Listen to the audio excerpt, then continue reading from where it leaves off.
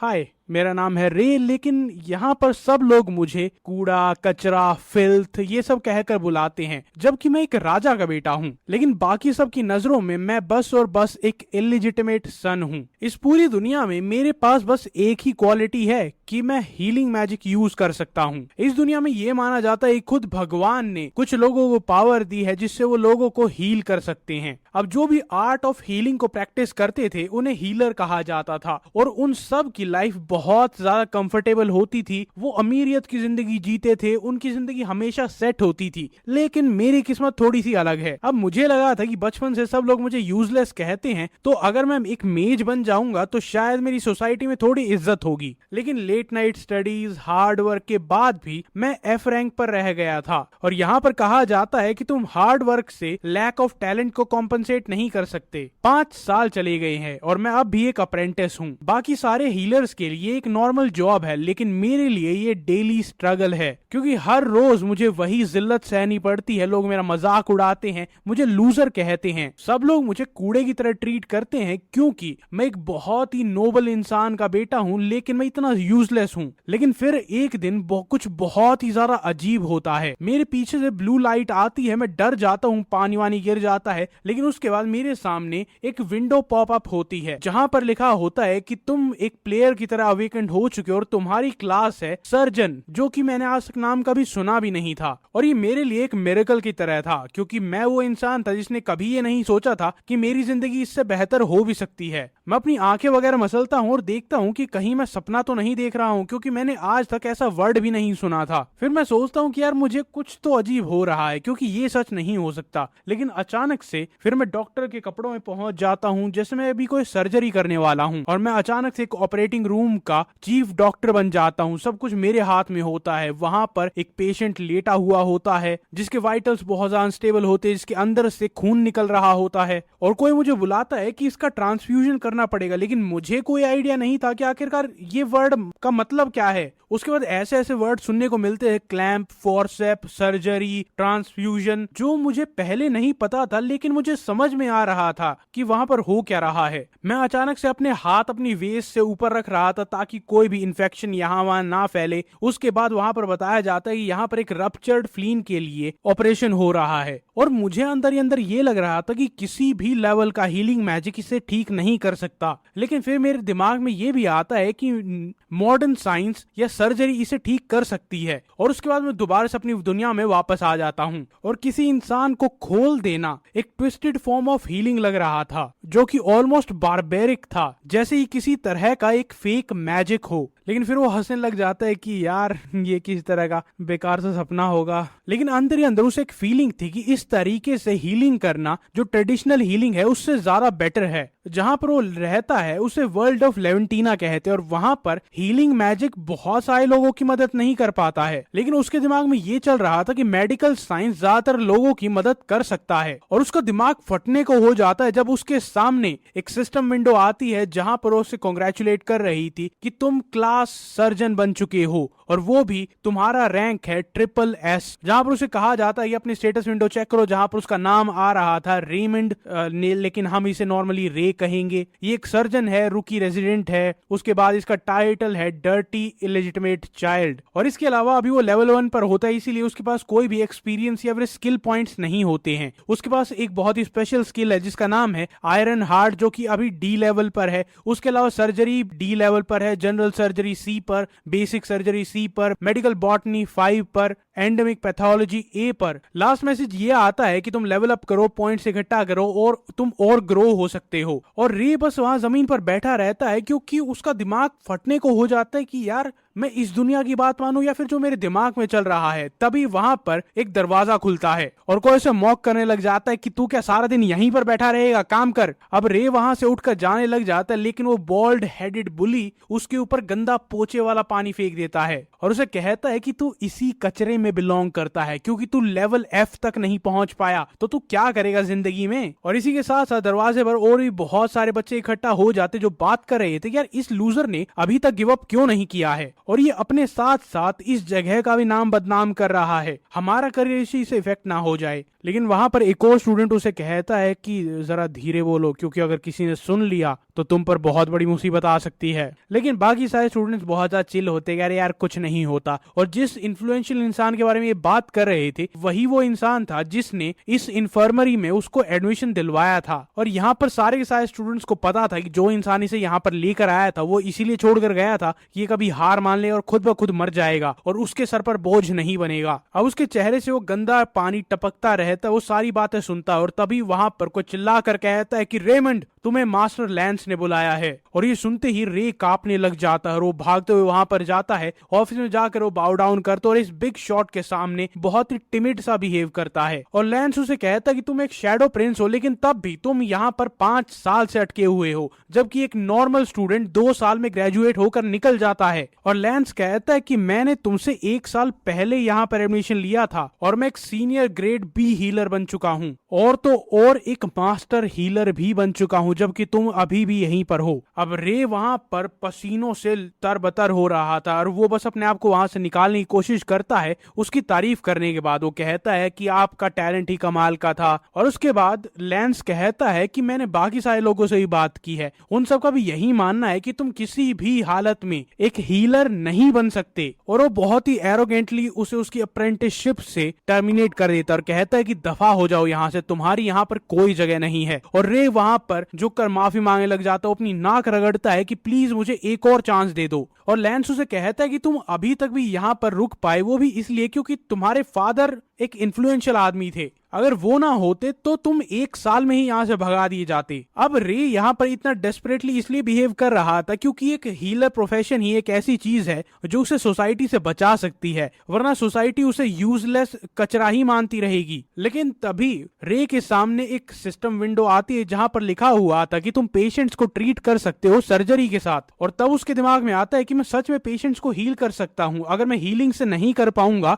तो मैं सर्जरी से कर दूंगा। इसीलिए उसे एक आखिरी चांस मांगता है कि मैं एक पेशेंट को हील करके दिखाऊंगा, क्योंकि उसे पता था कि अगर वो एक पेशेंट को हील करने के बाद अगर ग्रेड एफ तक भी पहुंच जाता है तो वो एक हीलर कहलाएगा। उसे बस उतना ही चाहिए, उसके बाद आगे का वो खुद देख लेगा। और अब रे प्रैक्टिकली घुटनों पर बैठा हुआ तो वो बस एक पेशेंट मांग रहा था और वो प्रॉमिस करता है कि मैं उसे हील करके अपने आप को प्रूफ करूंगा और उसके बाद बेलेंड इन्फर्मरी में खुद वापस आऊंगा। और लैंस उससे पूछता है क्या ये तुम्हें कोई मजाक लगता है, लेकिन फिर उसके दिमाग में एक आइडिया आता है कि मेरे पास तुम्हारे लिए परफेक्ट पेशेंट है। वो उसकी फाइल उसे देता है और कहता है कि अगर तुम इस पेशेंट को हील कर पाते हो तो तुम्हें एक्सपेल नहीं किया जाएगा। उसके बाद रे जाता है लिंकन स्ट्रीट पर जहां पर वो बहुत ज्यादा सेल्फ डाउट में होता है और उसके हाथ में वो पेशेंट के सारे रिपोर्ट्स होते हैं और वो सोचता है कि क्या मैं सच में ये कर पाऊंगा, क्योंकि आज से पहले मैंने एक भी पेशेंट को ट्रीट नहीं किया है। उसके बाद वो एड्रेस पर पहुंच जाता है, वहां पर नॉक करता और अपने आप को प्रिपेयर करता है कि यहाँ से आगे या तो मेरी जिंदगी बन जाएगी या बर्बाद हो जाएगी। रे को ये भी पता था कि अगर वो यहाँ पर फेल हो जाता तो उसे निकाला जा सकता है, उसके बाद वो अरेस्ट भी हो सकता है और अगर वो जेल चला जाएगा तो लोगों का उस पर यकीन और ज्यादा कम हो जाएगा और लोग कहेंगे ये किसी काम का नहीं है तो अपनी जिंदगी ही क्यों नहीं दे देता। अब वो अपने आप को प्रिपेयर कर ही रहा होता है जब अचानक से दरवाजा खुलता है और उसके मुंह पर लगता है। वो लड़की अचानक से पैनिक कर जाती क्योंकि वो देखती है कि रे नीचे गिर चुका, उसके कागज यहाँ फैल गए हैं। लेकिन उसके बाद वो बेलेंड इन्फर्मरी का साइन देखती है और कहती है कि तुम सच में वहां से आए हो, क्या तुम एक हीलर हो? और वो चिल्लाकर अपनी मॉम को बुलाती है और कहती है कि जिस हीलर के लिए हमने रिक्वेस्ट की थी वो फाइनली यहाँ पर आ चुका है। उसकी मॉम बाहर आती है और वो बहुत ज्यादा खुश होती है, उसे अंदर बुलाती है और रे जितना कॉन्फिडेंस ला सकता था उतने कॉन्फिडेंस के साथ बात करता है। और जब रे एक्सप्लेन करने की कोशिश करता है कि वो बस और बस एक अप्रेंटिस है तो उस बात को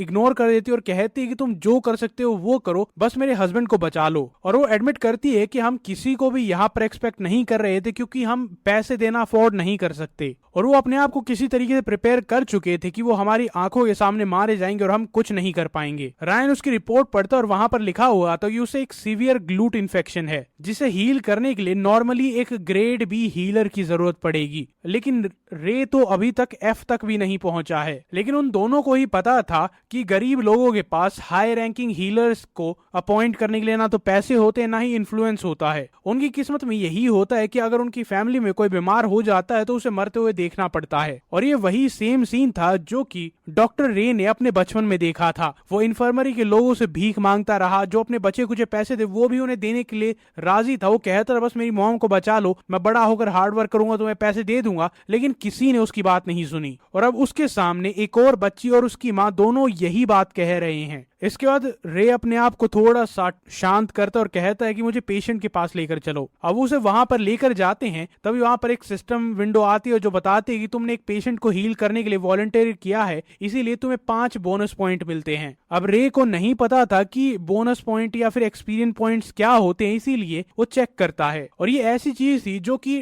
पेशेंट को हील करने से, कोई नई टेक्निक यूज करने से उसे एक्सपीरियंस पॉइंट मिलेंगे और इन पॉइंट्स को वो यूज कर सकता है नई स्किल्स को बाय करने में, जो आगे और पेशेंट को हेल्प करने में यूज हो सकती हैं। और रेमंड को पहला ऐसा टास्क मिला है जिससे उसे एक्सपीरियंस पॉइंट भी मिलेंगे और वो लेवल अप भी कर सकता है, लेकिन उसे पहली बार स्कैल्पल का यूज करना होगा। और एक पेशेंट की जिंदगी बचाने का सोचकर वो अंदर से इमोशन से भर जाता है, क्योंकि उसे पता था कि वो यहाँ पर सेल्फिश रीजन के लिए आया है, लेकिन तब भी वो इस पेशेंट को बचाना चाहता था, चाहे उसकी जॉब बचे या फिर ना बचे। ये उसका पैशन था और वो सोच रहा था कि शायद मैं उसे हील ना कर पाऊं, लेकिन सर्जरी से शायद मैं उसे ठीक कर पाऊं। और उसके पास लेवल डी सर्जरी स्किल आ जाती है। और रायन अभी भी डिस्करेज नहीं होता है कि वो बहुत सारे लोगों को ट्रीट नहीं कर सकता। वो सोचता है कि आगे जाकर मैं इंप्रूव करूंगा और लोग मुझे रिस्पेक्ट भी करेंगे। और जैसे ही रेमंड अंदर जाता है, वो पेशेंट को चेक करने के लिए गया था, लेकिन वहां पर बहुत ही गंदी ऑफुल स्मेल आ रही थी, जहां पर सांस लेना भी मुश्किल था। इसीलिए वो थोड़ा सा पैनिक करने लग जाता है और एक बार के लिए वो सोचने लग जाता है कि यार मैं आखिरकार यहाँ पर क्या करूंगा। लेकिन फिर वो अपने आप को शांत करता है कि सोचो, और तभी वो अपना हार्ट ऑफ स्टील को एक्टिवेट करता है, जिससे उसे हिम्मत मिलती है। अब वो परफेक्ट नहीं है, लेकिन जैसे जैसे वो लेवल अप करेगा वो और ज्यादा स्ट्रांग होता जाएगा। और इस स्किल की मदद से वो बिल्कुल शांत हो जाता है और अब उसका दिमाग पूरी तरीके से काम करता है। अब रेमंड कहता है कि मुझे वो एरिया दिखाइए जहां पर इन्फेक्शन हुआ है। वो उस आदमी का हिप दिखाती है कि यहाँ पर इन्फेक्शन हुआ है और हर सेकंड के बाद फीवर और ज्यादा बढ़ रहा है। रेमंड सबसे पहले उनके वाइटल्स को चेक करता है और उसे पता चलता है कि वो अभी तक सेप्टिक शॉक में नहीं गए हैं, इसीलिए वो यहाँ पर कुछ तो कर सकता है। उसके बाद वो प्रॉब्लमेटिक एरिया को देखता है और वहां पर उसे हिप एब्सेस मिलता है, जिसमें की हीलिंग बहुत ज्यादा स्लो होगी, लेकिन एक बेसिक कंडीशन है जिसे ठीक किया जा सकता है। अब वहां पर उसकी वाइफ पूछती है कि क्या सब कुछ ठीक होगा। अब रे को ये पता था कि एक हाई लेवल हीलर इसे ठीक कर सकता है, लेकिन वो नहीं कर सकता है। लेकिन तब भी वो शांत रहता है और उन्हें कहता है कि मुझे ऐसा पानी चाहिए जो कि उबल रहा हो, उसके बाद उसे ठंडा कर देना और उसके बाद उसी गर्म पानी में क्लीन्ड नाइफ चाहिए। उस पेशेंट की वाइफ वहां पर थोड़ी शॉक हो जाती है और कहती है कि ये किस तरह की हीलिंग है। और रे एक स्माइल के साथ कहता है कि इसे सर्जरी कहते हैं। और उसके बाद वो पेशेंट के पास चला जाता है उसका ख्याल रखने के लिए, और वो दोनों ही माँ बेटी आपस में डिस्कस करने लग जाते हैं कि सर्जरी क्या होती है। और जब रे वहां पर सर्जरी को परफॉर्म करने ही वाला था, उसकी वाइफ वहां पर आती है और उसका हाथ पकड़ लेती है कि पहले मुझे एक्सप्लेन करो कि तुम कर क्या रहे हो, ये हीलिंग नहीं है। रे उन्हें शांत रहने के लिए कहता है और कहता है कि एक बार मुझ पर यकीन करो, मैं आपके हस्बैंड को ठीक कर सकता हूँ। और वो औरत उसका हाथ छोड़ देती क्योंकि उसे पता था कि इसके अलावा उसके पास कोई ऑप्शन नहीं है। और इस टाइम पर रेमंड का दिमाग बिल्कुल शार्प और स्ट्रांग था, क्योंकि उसे पता था कि वो एक भी गलती नहीं कर सकता है। और अचानक से वो एक फ्लैशबैक में चला जाता है जहां पर वो एक डॉक्टर होता है, वहां पर सर्जन उसकी टीम कह रही होती है कि ये हो रहा है, वो हो रहा है, और वहां पर वो बिल्कुल शांत होता है, उसका दिमाग बिल्कुल रेज और शार्प होता है और बिल्कुल कंट्रोल में होता है। और उसी इमोशन के साथ वो इस पेशेंट को ट्रीट करना शुरू करता है। और उस सारे एक्सपीरियंस और नॉलेज के हिसाब से इस साइज के एब्सेस को क्लीन करना कोई बहुत बड़ी बात नहीं थी। और शैडो प्रिंस यानी रेमंड वहां पर उस सूजे हुए या फिर फूले हुए एरिया पर एक हल्का सा कट लगाता है और सारे गंदे स्मेल करने वाले पस को बाहर निकलने देता है। वो एक सेकंड के लिए थोड़ा हिल जाता है क्योंकि वो ये पहली बार कर रहा था, लेकिन उसके बाद वो अपने आप को शांत करता है और उसे निकलने देता है। उसके बाद उस साफ कपड़े से उसे क्लीन करता है और उसके बाद स्कैल्पल से जो वहां पर डेड टिश्यू था उसे हटाता है और वो बहुत मेथोडिकली उसे साफ करता है। और उसके बाद फाइनली उसका प्रोसीजर खत्म हो जाता है और एंड में एक एंटीसेप्टिक हर्ब का उसने पेस्ट बनाया था वो उस पर लगाता है। ये सब कुछ खत्म होने के बाद रे वहां पर प्राउडली खड़ा होता और कहता है कि ये सब कुछ हो चुका है, अब ये बिल्कुल ठीक है, यहाँ पर बुखार का कोई भी नामो निशान नहीं है और इन्हें ठीक होने में बस 2-3 दिन लगेंगे। वो मदर और डॉटर दोनों ही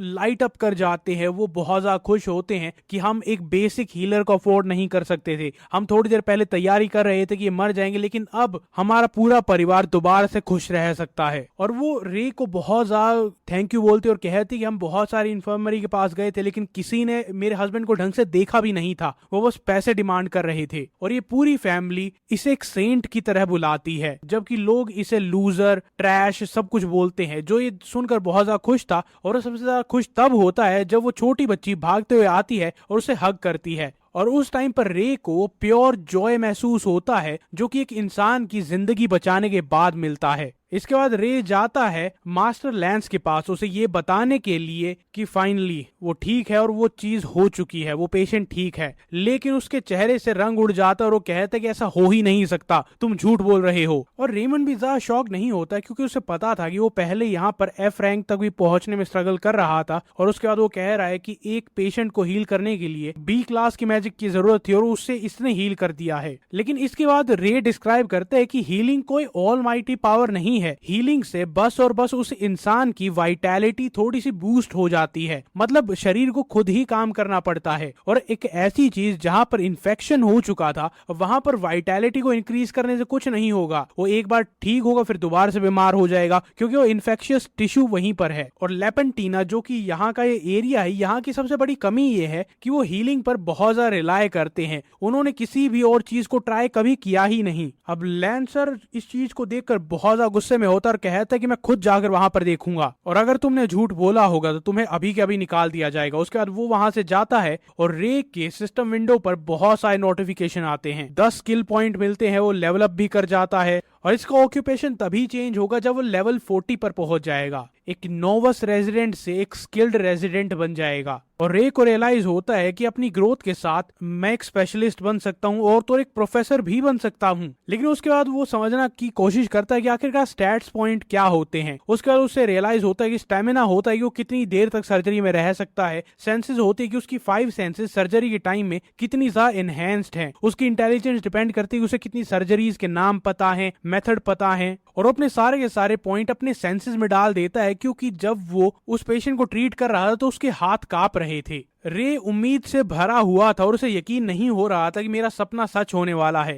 एक दिन मैं सच में कमाल का हीलर बन सकता हूँ। मुझे पता है कि अभी मैं लेवल F पर हूँ लेकिन मैं मेहनत करूंगा, मैं आगे बढ़ूंगा और हो सकता है एक दिन ऐसा आए जब मैं लेपेंटीना का बेस्ट हीलर बन जाऊंगा। लेकिन तभी उसके सपनों पर पानी फेरने के लिए लैंसर वहां पर आ जाता और कहता है कि अरे कोई नहीं, वो पेशेंट खुद ब खुद ठीक हो गया होगा। और उसके बाद लैंस वहां पर एक और चैलेंज थ्रो करता है और रेमंड को कहता है कि तुम आलमंड हाउस जाओ और वहां पर जाकर अगले 24 या 48 घंटों में एक पेशेंट को ट्रीट करो। लेकिन इससे रेमंड बिल्कुल भी शॉक्ड नहीं होता है, डरता नहीं है, बल्कि उसके लिए ये एक बेस्ट अपॉर्चुनिटी हो सकती है। यहाँ पर उसे पेशेंट मिलेंगे और वो और जल्दी लेवल अप कर सकता है। और ये जगह ऑलमोस्ट एक इमरजेंसी रूम है, लेकिन बस यहाँ पर एक छोटी सी दिक्कत है। जैसे ही वो वहां पर पहुंचता है सब लोग उसे ऐसे बिहेव करने लग जाते हैं जैसे वो सच में कचरे का डब्बा है। और तब रेमंड को रियलाइज होता है कि शायद उसे यहाँ पर एक पेशेंट को देखने का भी मौका ना मिले। ट्रीट करना तो बहुत दूर की बात है। और हाँ, थोड़ा करेक्ट कर देता हूँ, अगर उसने अगले 2 हफ्तों में एक भी पेशेंट को हील नहीं किया तो वो अपनी अप्रेंटिसशिप दोबारा से लूज कर देगा। और अब उसे एक तरीका ढूंढना होगा जिससे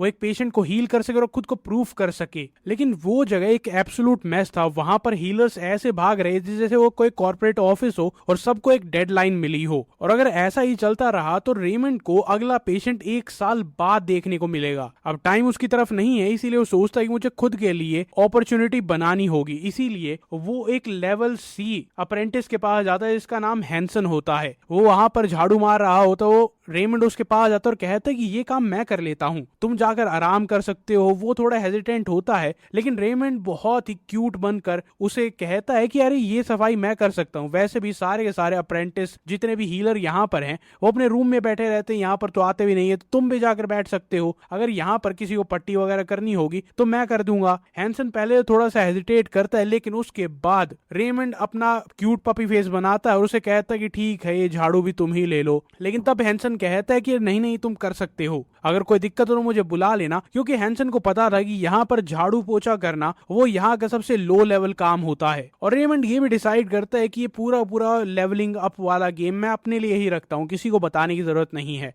उसके बाद रेमंड जाता है, किसी को पट्टी करता है, किसी की हेल्प करता है, किसी जख्म साफ करता है और उसे एक्सपीरियंस पॉइंट मिलते रहते हैं। और ये छोटे छोटे एफर्ट्स उसकी प्रोग्रेस में बहुत ही क्रूशियल रोल प्ले कर रहे थे। ये करते करते 3 दिन हो चुके थे और अब रेमंड फाइनली लेवल 4 पर पहुंच गया था। और वो डिसाइड करता है कि अपने एक्स्ट्रा पॉइंट वो अट्यूनमेंट में डालेगा जो कि सेंसेस होती हैं, ताकि वो अपनी सर्जरी स्किल को और ज्यादा रिफाइन कर सके। वो दिन ब दिन पेशेंट्स की हेल्प करता रहता है, उन्हें ट्रीट करता रहता है, जिससे उसका गोल और ज्यादा करीब आता रहता है। उसका गोल है इस पूरे एम्पायर का बेस्ट हीलर बनना। और उसके बाद वो इमेजिन करता है कि एक रैग्स टू रिचेस स्टोरी होगी, मैं बहुत गरीब था, उसके बाद बहुत अमीर बन गया, हर रोज क्या नाम है मैं शैंपेन पीऊंगा, स्टेक खाऊंगा, मेरा बड़ा सा घर होगा। और ये सारे सपने वो बचपन से देख रहा था, क्योंकि इस पूरे पूरे एम्पायर के ग्रेटेस्ट मैन के बेटे होने के बाद भी उसे सबसे लोएस्ट सर्वेंट से भी बदतर ट्रीट किया गया है। ना उसे ढंग से खाना मिलता, ना जगह मिलती थी, उसकी माँ बीमार होती थी, वो तब भी हीलर्स के सामने भीख मांगता रहता है, लेकिन कोई उनका इलाज नहीं करता था। और रे को हमेशा सबसे जेलसी होती थी कि यार इन सब को सब कुछ मिल रहा है, मुझे क्यों नहीं मिल रहा है। लेकिन तभी कोई उसे आवाज लगाता और अपने सपनों और ख्यालों से बाहर आता है। और वो पेशेंट कहती है कि अगर तुम जाना चाहो तो जा सकते हो। लेकिन रेमंड स्माइल करता है और कहता है कि मैंने आपका इलाज कर दिया, आप बहुत जल्दी सही महसूस करने लग जाएंगी। अब वो बूढ़ी और स्माइल करती है और कहती है कि तुम्हारी वार्म स्माइल तुम्हारे ट्रीटमेंट के साथ साथ कॉम्प्लीमेंट करती है। मुझे पता है कि मास्टर लैंस यहाँ का बी ग्रेड हीलर है,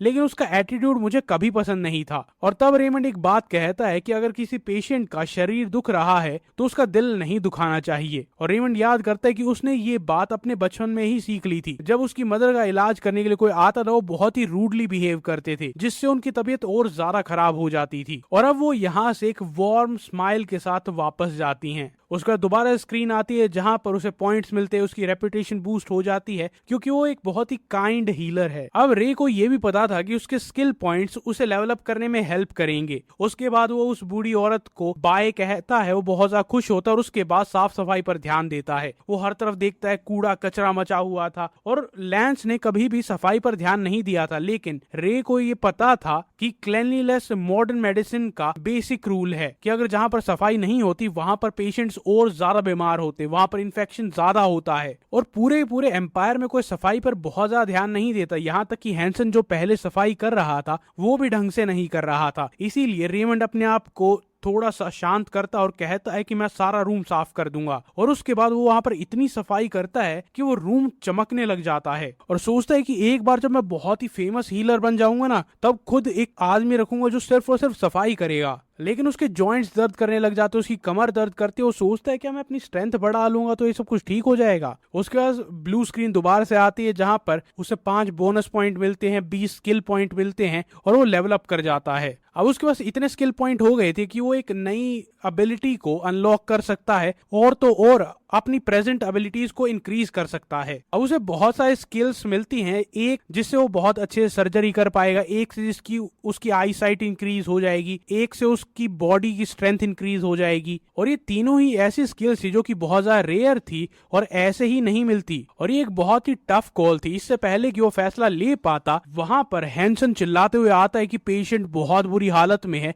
और वो ऑलमोस्ट मरने वाला था। वहां पर सारे हीलर उसके आसपास घूम रहे थे। रे को देखते ही पता चल जाता है कि ग्रेड ए हीलर की जरूरत है और तब भी ये शायद ही बच पाएगा और हीलिंग से थोड़ा बहुत राहत मिल सकती है, वो भी कोई शॉर्ट बात नहीं है। और बेलेंड इन्फर्मरी में सिर्फ एक ही ग्रेड ए हीलर है और वो है यहाँ के डायरेक्टर, जो कि अभी यहाँ पर नहीं है क्योंकि वो एक नोबल को ट्रीट करने के लिए गए हुए हैं। और इस इंसान को बचाना ऑलमोस्ट इम्पॉसिबल है। बचाया जा सकता है अगर कोई उस पर सर्जरी करे तो। रेमंड अपनी नॉलेज को चेक करता है और वहां पर एक प्रोसीजर होता है जिससे इसकी जान बचाई जा सकती है, लेकिन वो नॉर्मली रिस्ट्रिक्टेड होता है हाई लेवल रेजिडेंट के लिए, जबकि ये एक लोअर लेवल रेजिडेंट है। अब हैंसन पैनिक में सबको बताता है। वहां पर लैंस आता है, लेकिन उसकी हालत देखकर बिना ट्राई किए वहां से जाने लगता है कि इसे कोई नहीं बचा सकता। लेकिन जब लैंस वहां से जा रहा था, रेमंड बीच में आता और कहता है कि तुम बिना ट्राई किए कैसे जा सकते हो, तुम ग्रेड बी हीलर हो, तुम अभी इसे बचा सकते हो, कम से कम कोशिश तो करो। लेकिन लैंस को गुस्सा आ जाता है कि तेरे अंदर इतनी हिम्मत कहां से आई, तू एफ रैंक का टेस्ट भी फेल कर गया था और वो भी 5 साल के लिए। अगर तुझे इतनी ही दया आ रही है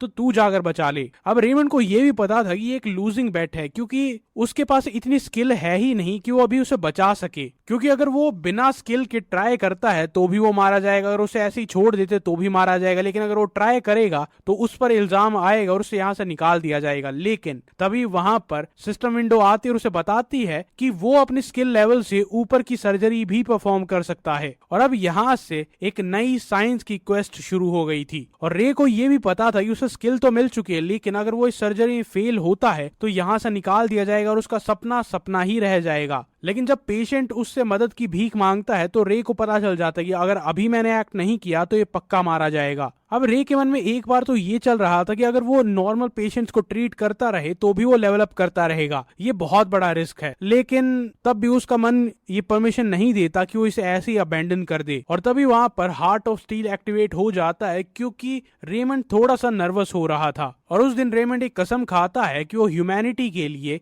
मेडिकल साइंस को प्रैक्टिस करेगा। और तभी वो लैंस के पास आता है और कहता है कि मुझे परमिशन दो, मैं इसे ट्रीट करूंगा। लैंस उसे कहता है तू पागल हो चुका है, लेकिन तब भी उसे परमिशन दे देता है। देखते हैं तू क्या करता है। और बाकी सारे हीलर भी वहां से दफा हो जाते, कहते हैं कि तू ही संभाल, तुझे ही ज्यादा चुल थी। अब रेमंड को लगता है कि यार मैं अकेले कैसे करूंगा, क्योंकि सर्जरी कोई ऐसी चीज नहीं होती जो एक इकलौता इंसान कर सके। और तभी वहां पर हैंसन आता है और कहता है क्या तुम्हें किसी मदद की जरूरत है, क्योंकि उसे भी ये बात बहुत ज्यादा बुरी लग रही थी कि हम बिना कोशिश किए ही एक पेशेंट को मरने कैसे दे सकते हैं। अब रेमंड बहुत ज्यादा खुश होता है, उसका हाथ पकड़ता और कहता है कि प्लीज मुझे तुम्हारी हेल्प की जरूरत है। लेकिन हैंसन अभी भी नर्वस होता है कि हम दो लो क्लास लो लेवल नोबडी हैं, हम इसे कैसे बचाएंगे। और शैडो प्रिंस रेमंड उसे बताता है कि हम हीलिंग मैजिक का यूज नहीं करेंगे। रेमंड उसे कहता है कि टाइम जा रहा है, हमारे पास टाइम नहीं है, मैं बाद में एक्सप्लेन करूंगा। और उस टाइम के बाद रेमंड उसे कहता है कि बस जो मैं कहूँ वो करते रहना, बाकी सब कुछ ठीक होगा। और बिना टाइम को वेस्ट किए वो पानी को बॉईल कर लेते हैं, आग में स्कैल्पल को स्टेरलाइज कर लेते हैं, पूरा रूम प्रिपेयर कर लेते हैं।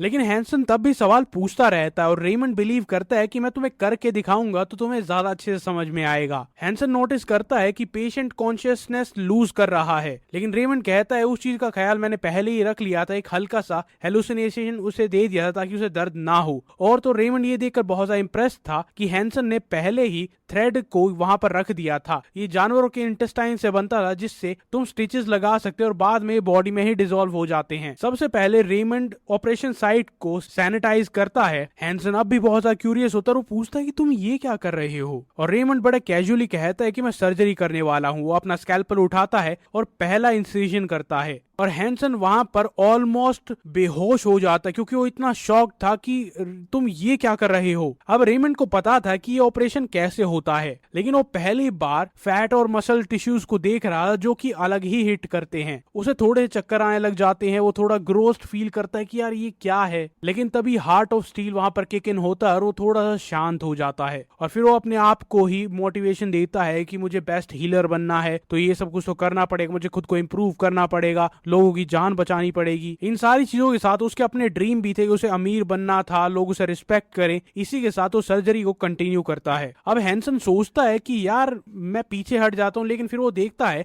कि रेमंड अपनी जी जान लगा रहा है और वो याद करता है कि कैसे रेमंड बहुत ज्यादा कमजोर होता था, लेकिन अब वो कितना बदल गया है। अब वो वहां पर येलो कलर का लिक्विड देखता है, जिससे रेमंड को पता चल जाता है कि ये परफोरेटेड अल्सर है। और रेमंड को क्लियरली वो प्रोसीजर याद था, उसे ब्लड वेसल को टाई करना है और जो वहां पर ट्यूमर है उसे हटाना है। और तभी रेमंड हैंसन को कहता है कि इस लेफ्ट ऑर्गन को ऊपर उठाओ। वो ऑलमोस्ट पैनिक करने लग जाता है, लेकिन फिर अपने आप को शांत करता है। और रेमंड के पास सारी नॉलेज थी, लेकिन वो पहला इंसिजन करने में बहुत ज्यादा हिचकिचा रहा था और उस टाइम पर देखकर ये लग रहा था कि सर्जरी फेल होने वाली है। लेकिन रे अपनी ब्रीदिंग रूटीन में जाता है अपने आप को शांत करने के लिए, और उसे याद आता है कि उसकी जो सर्जरी एनहेंसमेंट स्किल थी वो उसने अभी तक बाय नहीं की थी। और तभी उसके सामने एक सिस्टम विंडो आती है जहां पर वही स्किल लिस्टेड थी और उसमें ऑप्शन था कि तुम्हें ये खरीदनी है या फिर नहीं खरीदनी है। और रेमंड उस पर यस क्लिक करता है, उसे सर्जरी एनहेंसमेंट स्किल मिल जाती है, जिससे अब वो और ज्यादा शांत हो जाता है, उसके हाथ स्टेबलाइज हो जाते हैं। उसका स्किल लेवल वही था, लेकिन उसे एक और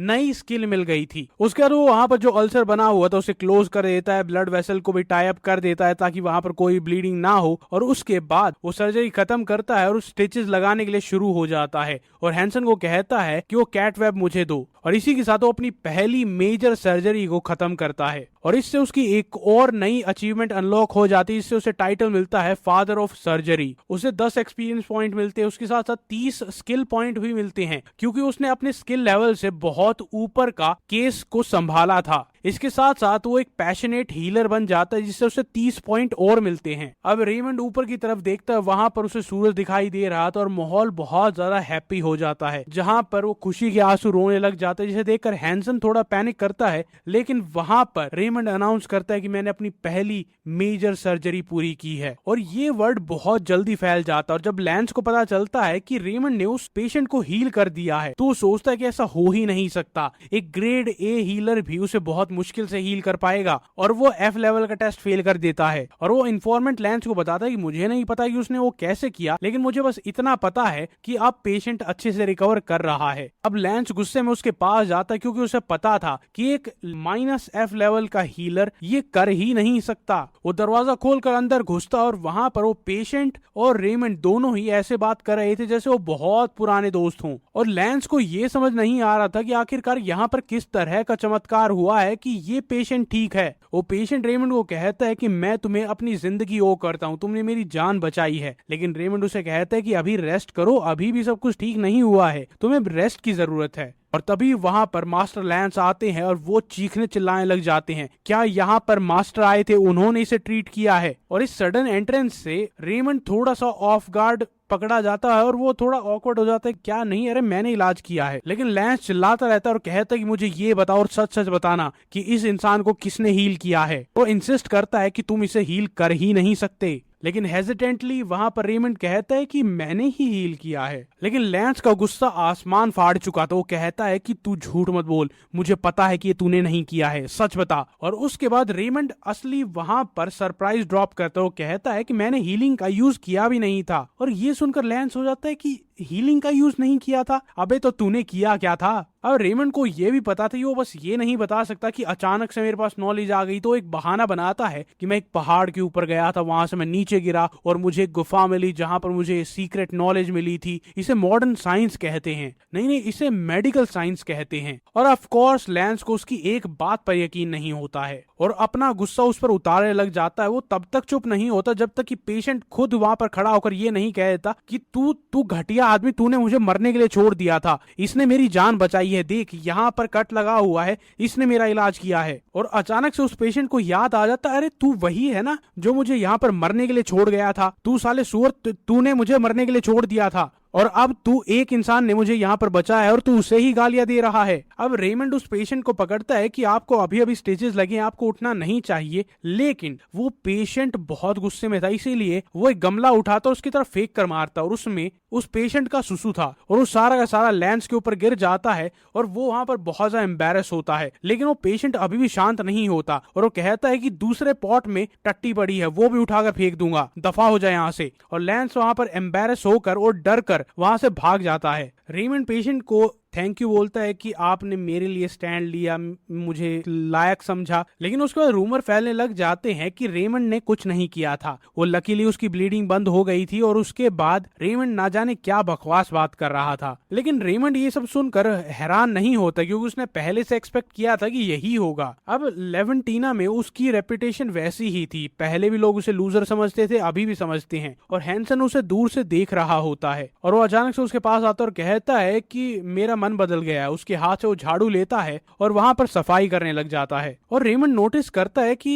हैंसन का बिहेवियर थोड़ा चेंज हो गया है। अब वो रेमंड को वैसे नहीं देखता जैसे वो पहले देखता था और रेमंड को अचानक से अजीब सी फीलिंग आती है जैसे कोई उसे देख रहा हो। वो पीछे मुड़कर देखता है, वहां पर लैंस उसे गुस्से से घूर रहा था। और सिर्फ हैंसन का नहीं, लैंस का भी बिहेवियर चेंज हो गया था। वो पहले तो उसे पर डिस्गस्ट में देखता था, लेकिन अब बिल्कुल प्योर नफरत से देखता है कि तेरी वजह से मैं एम्बैरस हुआ था। अब ये बात भी सच है कि रेमंड पहले इस तरह की बिहेवियर से बहुत ज्यादा इफेक्ट होता था, लेकिन अब उसके पास आयरन हार्ट है। उसका आयरन हार्ट एक्टिवेट होता है और बिल्कुल शांत हो जाता है कि ये सुअर है, ये करता रहेगा। क्योंकि रेमंड अपने ही ख्यालों में खोया हुआ है। वो अब भी यही सोच रहा था कि मैं अमीर बन जाऊंगा, मेरे आसपास सोना होगा, चांदी होगा, खाना होगा, मैं जी भर के खा पाऊंगा, लोग मेरी इज्जत करेंगे। लेकिन तभी उसे कुछ और भी बहुत ज्यादा अजीब फील होता है। कोई उसके कान में बोल रहा था। रेमंड बहुत ही नर्वसली पीछे मुड़ता है और लैंस वहीं पर खड़ा था और रेमंड बहुत ही ऑकवर्डली उससे पूछता है कि आप यहाँ पर क्या कर रहे हो। और वो कहता है कि मैंने डिसाइड कर लिया है, तुमने बहुत बढ़िया काम किया है, इसीलिए मैं तुम्हें रॉयल नेम डे सेलिब्रेशन में भेज रहा हूँ। अब ये रेमंड के लिए बहुत ज्यादा सरप्राइजिंग होता है क्योंकि वहां पर प्रॉमिसिंग स्टूडेंट जाते हैं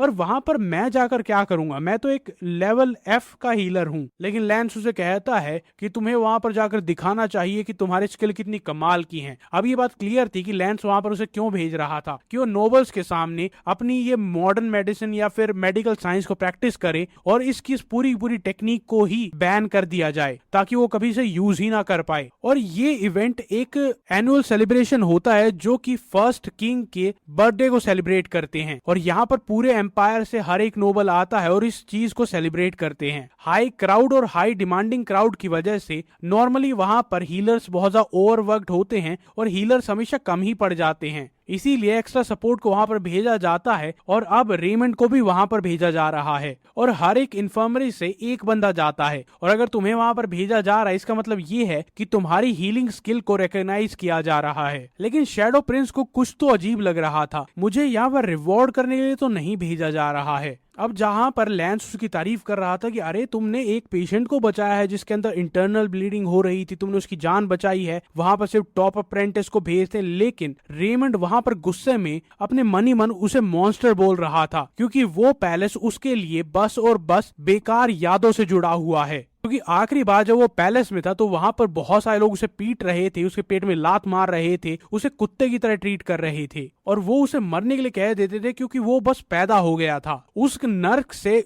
अगर कंपेयर करें तो ये इन्फर्मरी जहां पर लोग उसे हर रोज ताना देते थे ये जन्नत थी। उस पैलेस में उसकी हालत इतनी ज्यादा खराब हो गई थी और वो सब लोग कहते थे कि तूने पैदा होकर गलती कर दी, तेरी वजह से राजा का नाम बदनाम हो रहा है। और वो लोग इसे शैडो प्रिंस कहते थे, जो नाम आज तक स्टिंक करता है और उसे बिल्कुल पसंद नहीं है। और तो उसके फादर ने भी उससे मुंह मोड़ लिया था क्योंकि एक इलिजिटिमेट चाइल्ड की वहां पर कोई जगह नहीं थी। राजा की एक गलती उसकी पूरी जिंदगी की सजा बन गई थी और अब लैंस की इतनी हिम्मत कि वो उसे दोबारा से वहीं पर भेज रहा है। अब रेमंड उसे सवाल पूछता क्या मेरा ही जाना वहां पर जरूरी है, कोई और चला जाएगा मुझे उससे कोई दिक्कत नहीं है। लेकिन लैंस उसे थोड़ा दबाने की कोशिश करता है और कहता है कि इतनी बढ़िया अपॉर्चुनिटी है, तुम इसे मिस क्यों करना चाहते हो। और उसे धमकी देता है कि मेरे पास अब भी पावर है ये डिसाइड करने की तुम्हारी अप्रेंटिसशिप कब खत्म होगी, जिससे रेमंड दोबारा से सारी चीजों को रीथिंक करता है और उसे बहुत गुस्सा आता है। वो सोच रहा था कि मैं इसके मुंह पर मुक्का मार दूं, इसके दोनों दांत तोड़ दूंगा। और तभी रेमंड के सामने एक और ब्लू स्क्रीन आती है जहां पर उसे एक नई क्वेस्ट मिलती है, सेवियर ऑफ द बैंक्वेट। और इसमें इसका टास्क ये होगा कि इसे पूरे सेलिब्रेशन पूरे बैंक्वेट को कंप्लीट करना है,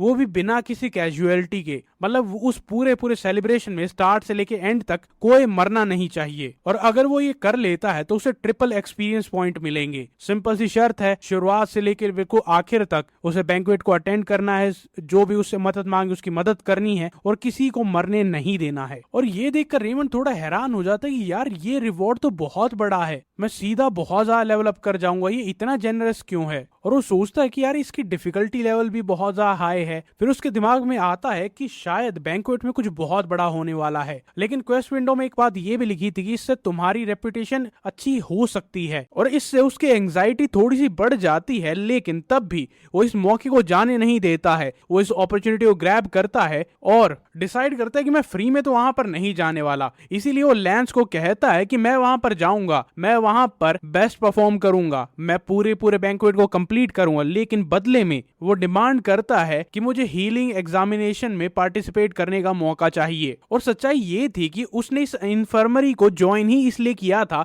क्योंकि उसे ये टेस्ट देना था जिससे वो एक सर्टिफाइड हीलर बन जाएगा और वो एक अच्छी जिंदगी जी पाएगा, वरना वो इस नर्क में क्यों ही आता। और रेमंड के मन में यही चल रहा था कि अगर मुझे उस पैलेस में जाना है, अपनी सारी की सारी बेकार यादों को दोबारा से रिविजिट करना है, तो कम से कम मुझे ये एग्जाम देने का मौका तो मिले। और लैंस ये बात सुनकर थोड़ा फ्लिंच करता है क्योंकि वो सोचता है कि -F रैंक को मैं इस एग्जाम में कैसे भेज सकता हूँ। लेकिन रेमंड वहां पर फायर बैक करता है और कहता है कि आपने ही तो अभी कहा था कि मैं उस इवेंट में जाने के लायक हूँ, मैं यहाँ का बेस्ट स्टूडेंट हूँ, इसीलिए तो आपने मुझे रेकमेंड किया है कि मैं उस फेस्टिवल में जाऊं, वहां पर एक हीलर की तरह काम करूं। लैंस सोचने लग जाता है और फिर वो कहता है कि हाँ तुम जा सकोगे, लेकिन अगर तुम वहां पर फ्लॉलेस काम करते हो तो। और बस इसी तरीके से रेमंड को लगता है कि उसका जैकपॉट लग चुका है क्योंकि वो अपने गोल के और ज्यादा क्लोज जा रहा है। वो 7वें आसमान पर होता है कि अब मुझे फाइनली वो एग्जाम देने का मौका मिलेगा, उसके बाद मैं हीलर बनूंगा और यहाँ से दफा हो जाऊंगा। उसकी आंखों में आग दिखाई देती है और वो कहता है कि इसके बाद मुझे इस सुअर का चेहरा कभी नहीं देखना होगा। और बस इसी एक चीज से वो बिल्कुल डिटरमाइंड हो जाता है कि मुझे ये करना है। उसके बाद फाइनली वो पैलेस में पहुंचता है जहां पर उसकी सारी की सारी बुरी यादें एक साथ उसके दिमाग में आती हैं। वो 5 साल पहले इस पैलेस को छोड़कर भाग गया था और उसने कभी मुड़कर नहीं देखा था, एक सेकंड के लिए भी नहीं। और अब वो पैनिक करना शुरू करता है और वो सोचता है कि यार अभी भी जाने के लिए देर नहीं हुई है, मैं जा सकता हूं। और वो सोचता है कि यार मैंने उस पेशेंट को हील किया था जिसे हेमेटेमेसिस था, तो अब वो मुझे फायर तो नहीं कर सकता, लेकिन हाँ मुझे वो थोड़ा सा रोस्ट करेगा, लेकिन वो चलेगा, कोई बात नहीं। और तो और अब रेमंड ये भी सोचने लग जाता है कि उसकी स्किल्स बहुत ज्यादा पैथेटिक हैं, वो यहाँ पर ज्यादा कुछ नहीं कर पाएगा, वो वैल्यूएबल नहीं है, ना ही वो हील कर पाएगा, और मुसीबत खड़ी हो जाएगी। और अब वो एक नेगेटिव स्पाइरल में जा रहा था और वो सोचता कि यार यहाँ पे पूरे पूरे एम्पायर के टॉप हीलर्स आएंगे तो मेरी तो जरूरत भी नहीं पड़ेगी। लेकिन फिर रेमंड के दिमाग में एक बात आती है कि अगर वहां पर कोई ऐसा इंसान हुआ जिसे कोई हील नहीं कर पा रहा है तो वो मोस्ट लाइकली मारा जाएगा। और इसी थॉट के साथ, इससे पहले कि वो रियलाइज कर पाता, उसके पैर खुद ब खुद उसे पैलेस की तरफ ले जा रहे थे। उसे ये बात बहुत अच्छे से पता थी कि वो लोग जो उससे नफरत करते थे वो सारे के सारे लोग उसी पैलेस में हैं, लेकिन तब भी वो इस थॉट के साथ कि वो किसी की तो मदद कर पाएगा, वो वहां पर जाता है और वो मुड़कर पैलेस की तरफ देखता है और सोचता है कि मैंने कुछ गलत नहीं किया था तो मेरी गलती कैसे हुई, क्योंकि मैं एक इलेजिटिमेट सन हूं, ये मेरी गलती थोड़ी है। मेरे फादर जो कि किंग हैं उनकी गलती थी और इस चीज में मैं विक्टिम था, मैं सबसे बड़ा विक्टिम था। और अगर पहले का टाइम होता तो रेमंड यहाँ से जरूर भाग जाता, लेकिन अब वो सोचता है कि अब मेरे एथिक्स मुझे यहाँ से भागने नहीं देंगे। अगर ये पॉसिबिलिटी है कि मैं किसी पेशेंट की हेल्प कर सकता हूँ तो मैं वहां पर रुकूंगा, फिर चाहे मेरी पर्सनल फीलिंग्स कुछ भी हो। और वो अपने आप को रिमाइंड करता है कि मैं यहाँ पर लोगों को ट्रीट करने के लिए आया हूँ, अपने पेशेंट्स को ट्रीट करने के लिए आया हूँ, रॉयल एम्पायर को या फिर किंग को सर्व करने के लिए नहीं आया हूँ। तभी वहां पर सिस्टम विंडो आती है जो बताती है कि तुम्हारा आयरन हार्ट डी क्लास से ए क्लास पर चला गया है, लेकिन टेम्परेरीली। और उसे एक्चुअली बहुत ज्यादा वार्म फील होता है, जैसे उसकी सारी की सारी टेंशन गायब हो गई है। और अब जब उसका सारा डर गायब हो जाता तो उसका ध्यान जाता है कि अगर मैं किसी नोबल की जान बचा लेता हूं तो मैं बहुत अमीर भी हो सकता हूं। और ये उसी तरह की मोटिवेशन थी जिस तरह की मोटिवेशन अभी रेमंड को चाहिए थी। उसके साथ वो डिसाइड करते कि वो एक नई स्किल को खरीदेगा और इस टाइम पर वो स्पेशल स्किल्स को ओपन करता है, और जहां पर उसे पता चलता है कि स्किल पॉइंट से वो मैजिक करना भी सीख सकता है। और ये सोचकर वो और ज्यादा एक्साइट हो जाता है कि शायद इससे मैं एक दिन असली मेजेस को भी पीछे छोड़ दूंगा, उनसे ज्यादा ताकतवर बन जाऊंगा। मेरे हिसाब से कुछ ज्यादा ही सपने देखता है। उसके बाद वो और भी काफी सारी स्किल्स देखता है, जहां पर उसे एक स्किल बहुत ज्यादा पसंद आती है, जो कि स्किल्स होती है डिफिकल्ट और बदतमीज पेशेंट से ढंग से बात करने की, उन्हें ढंग से हैंडल करने की। और रेमंड सोचता है कि यार शायद मैं अभी बहुत ही कम लेवल पर हूं तो मुझे सारी स्किल्स नहीं दिख रही होंगी, लेकिन फिर वो सोचता है कि यार वहां पर बहुत सारे बदतमीज नोबल्स आएंगे तो ये वाली स्किल बढ़िया रहेगी। और वो 30 पॉइंट का यूज करता है, इस स्किल को खरीद लेता है, जो कि उसके आने वाले सिनेरियो के लिए परफेक्ट चीज थी। और ह्यूस्टन किंगडम के पैलेस में वहां पर सब लोग बिजी होते हैं किंग की तारीफ करने में, क्योंकि उन्होंने इतने अच्छे से रूल किया होता, इतने स्मूथली सब कुछ चल रहा होता है कि सब लोग बहुत खुश होते हैं। एटलीस्ट नोबल्स तो होते हैं, नॉर्मल लोगों का उसकी तारीफ करते हुए लोग कहते हैं कि अगर ये राजा ना होता तो ये किंगडम कब का बर्बाद हो चुका होता। किंग जाना जाता है एक वेटरन नाइट के तौर पर, एक ब्रिलियंट वॉर कमांडर और तो एक बहुत ही वाइज एडमिनिस्ट्रेटर जो कि अपने लोगों की परवाह करता है, और एक ऐसा मोनार्क जिसे सारे के सारे नोबल्स रिस्पेक्ट करते हैं। और इसी की वजह से कोई भी उसे क्रिटिसाइज नहीं करता था, क्योंकि उसकी अचीवमेंट्स इतनी ज्यादा ओवरवेलमिंग थी कि कोई उसके बारे में बुरा बोलने की सोचता भी नहीं था। इसीलिए जब उससे एक गलती हुई कि उसका इलिजिटिमेट सन था तो सब लोगों ने रेमंड को ब्लेम करना शुरू कर दिया कि तुम्हारी वजह से उसकी इज्जत पर दाग लगा है। और सालों तक रेमंड को टॉर्चर किया गया, उसे ब्लेम किया गया, उसे भला बुरा बोला गया, क्योंकि सब लोग ये मानते थे कि किंग की फ्लॉलेस इमेज को उसने ही नुकसान पहुंचाया है। और इसी वजह से इस सो कोल्ड शैडो प्रिंस ने 5 साल पहले इस पैलेस को छोड़ दिया था। और किंगडम में सब लोग खुशियां मना रहे थे कि फाइनली वो खुद ही यहाँ से चला गया। और उनमें से कोई भी ये नहीं चाहता था कि रेमंड जैसा इंसान खुला उनके साथ घूमे। और वहां पर बहुत सारे लोग इस शैडो प्रिंस के बारे में बात कर रहे थे कि वो हीलिंग के नाम पर भी एक लूजर है। और डॉक्टर रेमंड वहां पर खड़ा होकर सारी बातें सुन रहा था। और भीड़ में एक इंसान अचानक से उस शैडो प्रिंस को रिकॉग्नाइज कर लेता है और उसे मॉक करने लग जाते, उसकी बेइज्जती करते हैं। लेकिन इस टाइम पर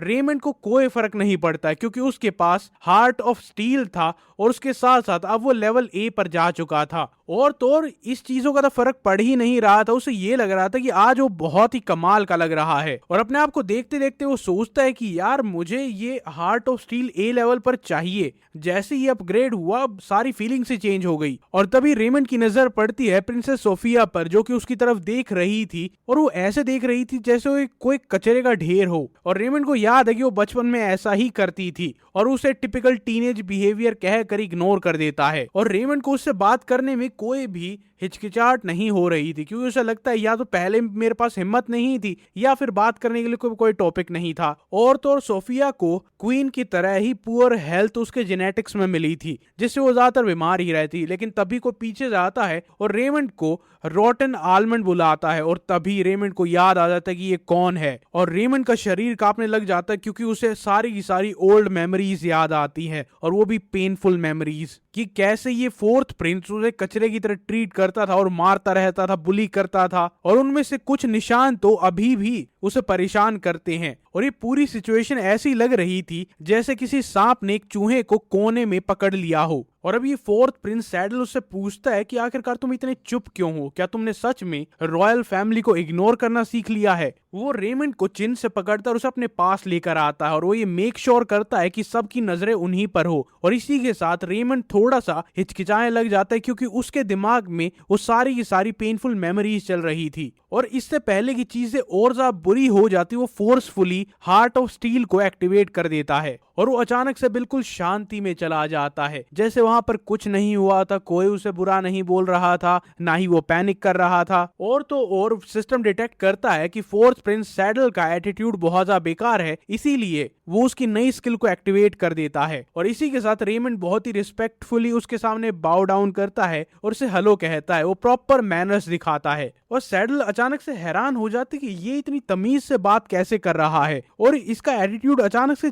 कुछ ज्यादा ही चेंज नहीं हो गया है। और ये ज्यादा अजीब तब था क्योंकि रेमंड ने आज से पहले उसके सामने एक वर्ड नहीं बोला था। और तो उसे एक चीज सबसे अजीब लगती है कि रेमंड कितना ज्यादा काम हो गया है। पहले तो उसके सामने आने से कांपने लग जाता था, अब जब वो अपनी ड्रिंक फेंकने ही वाला होता है, रेमंड बहुत ही क्यूट एक बनी की तरह उससे पूछता है कि आप यहाँ पर इसलिए आए हैं कि आपको कोई तकलीफ हो रही है, आप बीमार हैं। और सैडल वहां पर फ्रीज हो जाता है कि क्या मतलब है तुम्हारा। और रेमंड एक्सप्लेन करता है कि आप अभी अभी हीलर जोन में स्टेप इन कर चुके हैं, तो मैंने सोचा आपको हेल्थ केयर की या फिर किसी मदद की जरूरत होगी, इसीलिए आप यहाँ पर आए हैं। सैडल कहता है कि अरे मैं ठीक हूँ, लेकिन उसे अंदर ही अंदर पता था कि रेमंड के साथ कुछ तो अलग हुआ है, ये बहुत अलग लग रहा है, कुछ ज्यादा ही चीयरफुल है। और रे उसे कहता है कि अगर आप ठीक हैं तो आप मेन हॉल में जा सकते हैं, वहां पर जाकर आप पार्टी एंजॉय कीजिए। जिससे सैडल और ज्यादा इरिटेट हो जाता है और वो और ज्यादा तब चिढ़ जाता है जब रेमंड पास ही बैठे एक इंसान को उठाता और कहता है कि मैं आपकी मदद करूंगा, क्योंकि वो भी हीलर जोन में आए थे। और इसी टाइम पर सैडल अभी भी वहीं पर खड़ा हुआ था, बिल्कुल एक स्टैचू की तरह, क्योंकि उसे समझ नहीं आ रहा था कि ये इतना कैसे बदल सकता है। अब रेमंड मुड़ के और उसकी तरफ देखता है, जिससे वो और ज्यादा गुस्सा हो जाता है, क्योंकि उसे लग रहा था कि रेमंड उसे नीचा दिखाने की कोशिश कर रहा है। इसीलिए सैडल डिसाइड करता है कि वो रेमंड के रूल्स के साथ ही प्ले अलोंग करेगा। और अब वो उसे एक नकली बीमारी बताता है कि मुझे बहुत अजीब सा लग रहा है, ताकि वो रेमंड को नीचा दिखा सके, क्योंकि अगर वो झूठी बीमारी बताएगा तो रे उसे ठीक कर ही नहीं पाएगा। लेकिन रेमंड बहुत ज्यादा स्मार्ट था, उसे कहता है कि तुम अपनी कंडीशन को डिस्क्राइब करो, उसके बाद मैं तुम्हें ट्रीट कर पाऊंगा। और सैडल कुछ झूठे सिम्टम बता देता है कि वो हमेशा थका रहता है, उसके अंदर एनर्जी नहीं रहती, कभी कभी चक्कर भी आते हैं। और वो सोचता है कि अब ये हीलर कभी प्रूफ ही नहीं कर पाएगा कि ये सिम्टम झूठे हैं, और इससे उसके अंदर एक आग आ जाती है कि मैं इसे प्रूव करूंगा कि ये किसी लायक नहीं है। लेकिन रेमंड आगे आता, उसके वाइटल्स को चेक करता है, उसका बीपी चेक करता है और बहुत ही पोलाइटली उसे कहता है कि तुम बहुत ज्यादा पीते हो, तो पहले तो उस चीज को कम करो और तो ज्यादा पानी पिया करो। और उसे बताता है कि ये इसलिए हो रहा है क्योंकि तुम हर रोज अल्कोहल लेते हो, जिससे बॉडीली फंक्शंस बहुत ज्यादा डिस्टर्ब हो जाते हैं, जिसकी वजह से तुम्हें ये सब कुछ हो रहा है। और जैसे जैसे वो उसे बता रहा था, अब सैडल बहुत ज्यादा गुस्सा हो जाता है, क्योंकि वो इस चीज को डिनाई कर भी नहीं सकता है, क्योंकि वो बहुत ज्यादा पीता है। रेमंड उसे गुड इवनिंग कहता है और उसे जाने के लिए छोड़ देता है। और सैडल को बिल्कुल समझ नहीं आता कि इस रेमंड के नए वर्जन के साथ क्या गलत है, और इसी से रेमंड को 5 और नए पॉइंट्स मिल जाते हैं। और रेमंड बहुत ज्यादा खुश होता है कि उसने अपने बचपन के फियर को ओवरकम कर लिया है, क्योंकि इसके सामने वो कांपने लग जाता था और आज इसने स्माइल करते करते उसे डिफीट कर दिया है। और रेमंड को खुद पर यकीन नहीं हो रहा था कि मैं इस इंसान से डरता है जिसे ढंग से बोलना तक नहीं आता। और जब वो वहां से जाने लगता है, रेमंड उसे देखता है और उंगली दिखाता है कि दफा हो जाए यहाँ से। और उसके बाद प्रिंसेस सोफिया उसके पास चल कर आती है और कहती है कि तुम काफी अलग लग रहे हो। और तो वो ये भी एडमिट करते कि पहले मैं तुम्हें एक टोटल वेस्ट ऑफ ऑक्सीजन समझती थी, कि तुम धरती पर बोझ थे। और रेमंड उन दोनों के पास्ट एक्सपीरियंस को या फिर एनकाउंटर्स को याद करता है और सोचता है क्या इसका ओपिनियन मुझे लेकर सच में चेंज हुआ है, ये अब भी वैसी ही है। लेकिन रेमंड उसे कॉम्प्लीमेंट देता है, लेकिन तुम बिल्कुल नहीं बदली हो, तुम आज भी बिल्कुल वैसी ही हो। वो अपनी एक आईब्रो ऊपर करती है और कहती है तुम्हारा क्या मतलब है, क्या तुम्हारा मतलब मेरे गुस्से से है? लेकिन रेमंड कहता है कि नहीं, मैं ये कहना चाहता था कि तुम आज भी उतनी ही खूबसूरत हो। और उसके बाद सोफिया कहती है कि मुझे कुछ अच्छा नहीं लग रहा है, तो मैं जाकर थोड़ा रेस्ट कर लेती हूँ। अब रेमंड उससे पूछता है कि तुम्हें क्या हो रहा है, और वो कहती है कि मेरी स्पीच आने वाली है, मुझे एक स्पीच देनी है और इसीलिए मेरे पास ज्यादा टाइम नहीं है रिलैक्स करने का। लेकिन रेमंड उसे कहता है कि तब भी तुम थोड़ा सा रेस्ट कर लो, क्योंकि तुम्हारा चेहरा बिल्कुल सफेद लग रहा है। लेकिन वो उसे ऐसे ही वेव ऑफ कर देती कि अरे तुम बस एक अप्रेंटिस हो, तुम्हें ये भी नहीं पता होगा कि मुझे ट्रीट कैसे करना है। लेकिन रेमंड ये भी नोटिस कर लेता है कि उसका वो क्रैंकी मूड उसकी वजह से नहीं था, किसी और चीज की वजह से था। उसके बाद सोफिया जाती है और अपनी स्पीच शुरू करती है, वहां पर नेम डे सेलिब्रेशन के लिए सबको ग्रीट करती है। और उसके बाद रेमंड नोटिस करता है कि वो बहुत जोर जोर से हांफ रही है, वो लंबी लंबी सांसें ले रही है, जैसे उसे सांस लेने में दिक्कत हो रही हो। और सडनली उसकी चेस्ट में दर्द होता है और वो वहां पर कोलैप्स कर जाती है, और बिना किसी वार्निंग की वो वहीं पर गिरती है और बेहोश हो जाती है, जिससे पूरा पूरा क्राउड पैनिक कर जाता है। और कोई कहता है कि हीलर्स वहां पर जाओ, उसकी मदद करो। जब हीलर्स वहां पर भागते हुए जाते हैं, सब लोग पैनिक कर रहे होते हैं, तब रेमंड को रियलाइज होता है कि प्रिंसेस सोफिया उसकी क्वेस्ट का एक पार्ट है।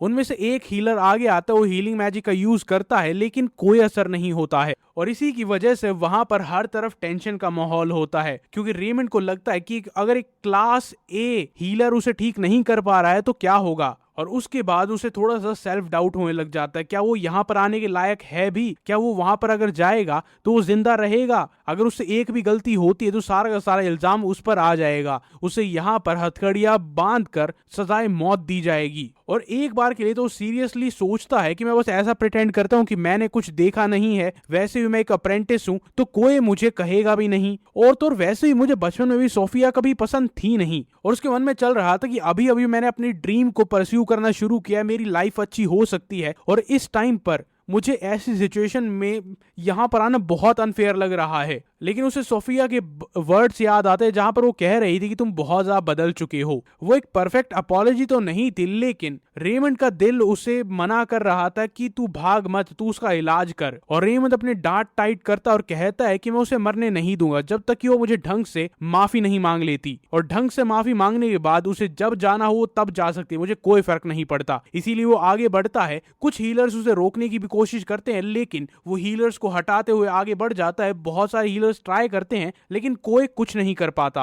और एक इमरजेंसी पेशेंट को ट्रीट करने की वजह से उसका हार्ट ऑफ स्टील और ज्यादा स्ट्रांग हो जाता है, मतलब वो लेवल ए से भी ऊपर चला जाता है। बहुत सारे हीलर्स उसे रोकने की कोशिश करते हैं, लेकिन तब भी वो सोफिया के पास पहुंच जाता है। वो रेमंड की तरफ देखती है और कहती है कि मैं पक्का मारी जाऊंगी अगर तुम मेरी हेल्प नहीं करते हो तो। रेमंड तभी के तभी उसका ब्लड प्रेशर चेक करता है और उसे पता चल जाता है कि ये कार्डियक अरेस्ट में जा चुकी है। अब यहाँ पर एक ही चीज बची थी कि उसके हार्ट को जंप स्टार्ट करना होगा, इसीलिए वो उसे सीपीआर देने लग जाता है। और वहां पर सारा क्राउड ये देखकर हैरान हो जाता है कि रेमंड उसे टच कर रहा है। लोग उसे रुकने के लिए कहते, लेकिन रेमंड कहता है कि ये इन्हीं के भलाई के लिए है, मैं इन्हें ठीक कर रहा हूं। और जैसे ही हीलर्स उसे वहां से हटाने वाले थे, किंग वहां पर आ जाता है, जिसकी वजह से सब लोग पीछे हट जाते और चुप हो जाते हैं। और तब किंग देखता है कि रेमंड सोफिया को हेल्प कर रहा है, उसे चेस्ट कंप्रेशंस दे रहा है, और जल्दी से हीलर से पूछता है कि तुम में से किसी का भी कोई भी मेथड क्या प्रिंसेस सोफिया को ट्रीट कर सकता है। और सब लोग बहुत ज्यादा हेजिटेंट होते हैं और मना कर देते हैं, तो कहते हैं कि इसे करने दो।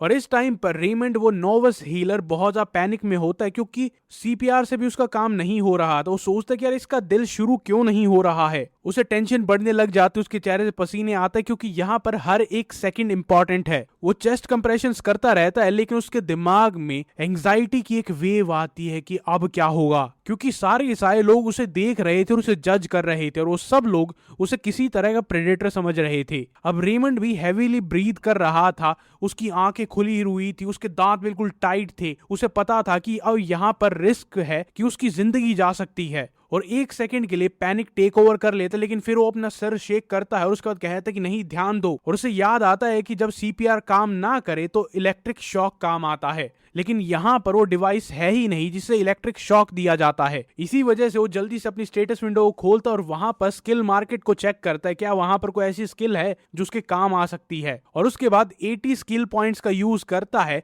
लाइटनिंग मैजिक को एक्वायर करने के लिए। और इसके बाद रेमंड एक सेकंड भी वेस्ट नहीं करता है, एक हाथ वो उसके क्लेविकुलर बोन पर रखता है और दूसरा उसके अंडर आर्म पर, और उसकी बॉडी में इलेक्ट्रिसिटी को फ्लो करता है जिससे वो थोड़ी सी शॉक में आती है और फिर दोबारा नीचे चली जाती है। और जैसे ही रेमंड ये करता है, एक आदमी वहां पर आता उसे पीछे धकेल देता है और उसकी गर्दन पर तलवार रख देता है कि तुम प्रिंसेस सोफिया के साथ क्या कर रहे हो, वो पहले से इतनी क्रिटिकल कंडीशन में है, ऊपर से तुम उस पर अटैक कर रहे हो। लेकिन रेमंड उन्हें एक्सप्लेन करने की कोशिश कर रहा है, मैं उसका इलाज कर रहा था, उसे मार नहीं रहा था।